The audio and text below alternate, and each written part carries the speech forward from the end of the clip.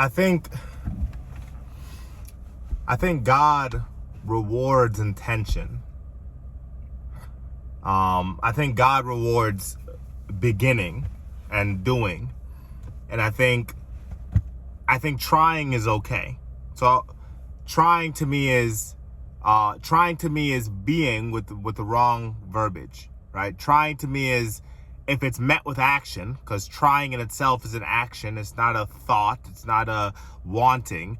Trying is an action, and trying as an action is doing, and doing as an action is being. So if you can exist in that space, I think God rewards that. All right. And a lot of this is just thinking today, particular, but listening to a lot of some of the stuff Myron Golden says, and perusing through either some kind of religious text or listening to that stuff is, if everything started with intention, right? The intent to build this universe, then everything that we do, again, like as Myron Golden says, starts with intention.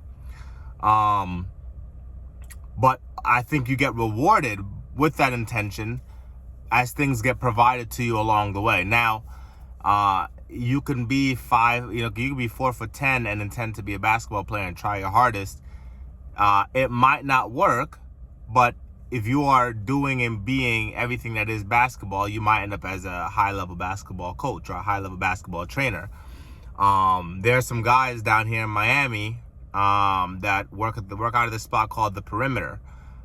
Both of the guys there who run the place are short, like really short, but they are being trusted by NBA players with their training, right? And when I was there, there were NBA players from rookies like Chris, Cunningham, starting point guard for a team. I remember he was like 20. He was a rookie at the time, or maybe his first year in the league.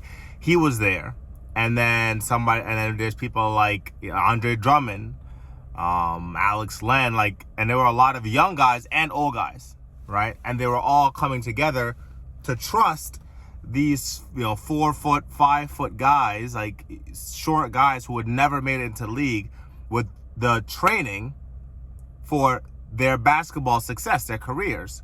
So it's one of those things where, again, trying, if we just reword it, is being, it's doing with intention the thing that is that you want the most, and allowing God to fill in the spaces. Allowing the universe to fill in the spaces that you're missing, right? You may be looking at this thing, but it was meant for you to provide your gift in the industry that this thing is in. So we say all that and we circle right back to money management. Money management is intention, right? At a very base level, right? Where you get handed money, you work for the money, you depending on your job, you work for the money, you get handed the money, and then when you get handed the money, the first thing that you should have is intention. In fact, you should have intention before you get the money. What will I do with this money? What is this money for? What is the plan with this money? And I think money management is a great connector, right? Because it takes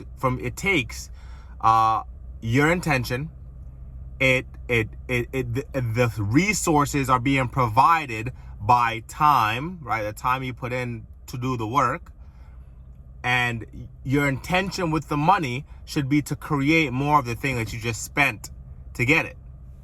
Now, you can't create time, but you can buy time. You can redeem time. So, what was it? Ephesians chapter 5 verse 16 or 15. We'll go through 14 through 16 because it gives you a little bit of a context.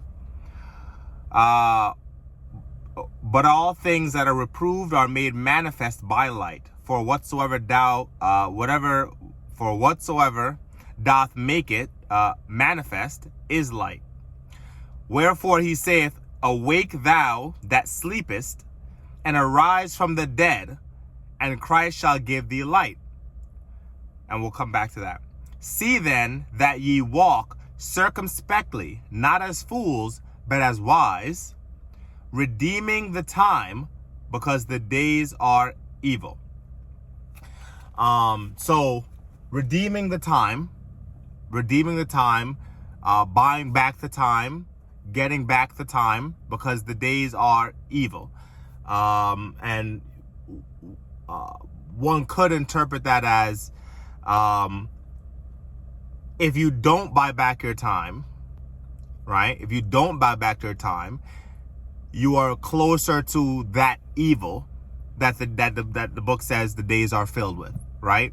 If you don't buy back your time is being consumed by a thing that does not have your intention attached to it, right? Unless you started, it's your business, you started a business. If you're just working a regular job, that job is not your gift. Like, it might be your gift to work on the job, but the job itself is not your gift. So, when the days are evil, and I'm not a pastor, I'm literally just thinking about it now. The days are evil. Redeeming the time moves you away from that, right? It buys back that time. It moves you away from the evil of acting without intention. And then it also said there, what does it say here? It also says, wherefore he saith, he being God, awake thou that sleepest, and arise from the dead. So when you act without intention, you're asleep, right? You're moving blindly with your eyes closed, without consciousness, right? You're dead. You're sleeping. You're moving through the world that God created with intention. You're moving through it asleep, right? Dead with a lack of purpose. Now, it doesn't necessarily mean, now we said the word money management. We haven't said the word rich yet, but people are going to take it. You don't have to be rich, whatever. The point is to have an intention with almost everything you do, with everything you do, right? When you awake in the morning, it wasn't an accident, right? When you go to sleep at night, the reason people pray before they go to sleep because they have a plan for the next day. We all plan for the next day. But yet we wake up like it's an accident. We wake up without a purpose, a driving force forward. So I guess step one would be, what is that thing, right? What is that thing you aim to provide to the world? What is that thing you aim to do? Allow that to set your intention, and then stay in that all day in all things you do. So when you get paid, money management, right? Circle back. When you get paid the money, before you get paid the money, you should already have the intention. What is your purpose? What is your purpose? What is your life purpose? And what are your actions that are going to serve that purpose best? And then all of that is decided before you get the money. So the money already has a purpose before you get it, right? Money management helps realize that purpose. Why? Because you can have an idea of what you want and the money comes in, but remember, the days are evil. The days are evil, right? So when the money comes in, everything bombards you with pay, buy this, buy that for comfort, right? And there's another Bible verse on comfort, or there's another quote later on comfort, right? All these things are pulling at us, but we can only redeem the time when we're awake, when we're not dead, when we are acting with purpose and intention. And we take that money and we put it towards our plan with the intent to redeem, right, our time, with our intent to buy back our time. Now, buy back your time doesn't necessarily mean you're retired, you're sailing the world, you're doing whatever you want with your time. Like, you're buying back your time could mean continuing to work on the job because you love the job. You picked a great job and you're super happy. You're a doctor, you're a nurse, you're a lawyer. You're providing a police officer, right? You're providing a really good service to the community, right? You're a teacher. Redeeming the time, buying back the time could simply mean that outside of the giving of the gift, right? Which is, if it's work for you, it might be work for you. Your time is yours, right?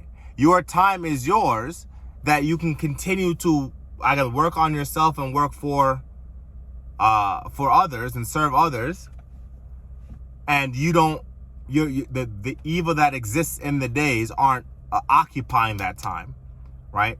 the better you are at managing your money, the more capable you are of managing your time, because now you own more of it. And the more capable of managing your time, the more you can utilize that time to serve your purpose, right? To serve what it is you intend to do with your life, right? But it does start with step one, finding that intention, finding that purpose. And then step two is managing your resources. And in the context of what we talk about on this channel, it's money management. So setting an intention, setting a purpose for your money so that you can redeem your time, right?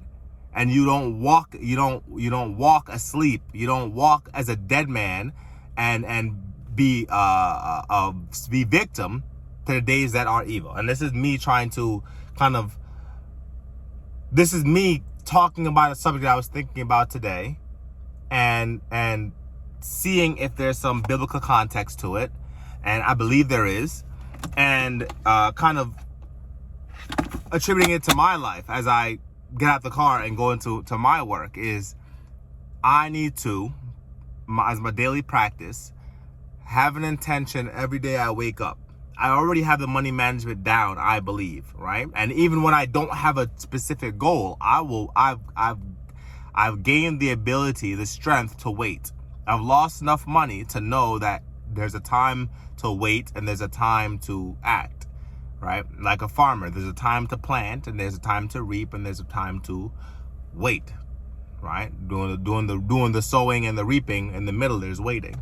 So I've gotten better at knowing when it's time to wait, when you have the money, having a plan before the money comes in and what to do to amplify the ability to bring more money in. So I've gotten that part down. My focus now each day, and as I go into work today, is to keep my intention. So I implore you, right?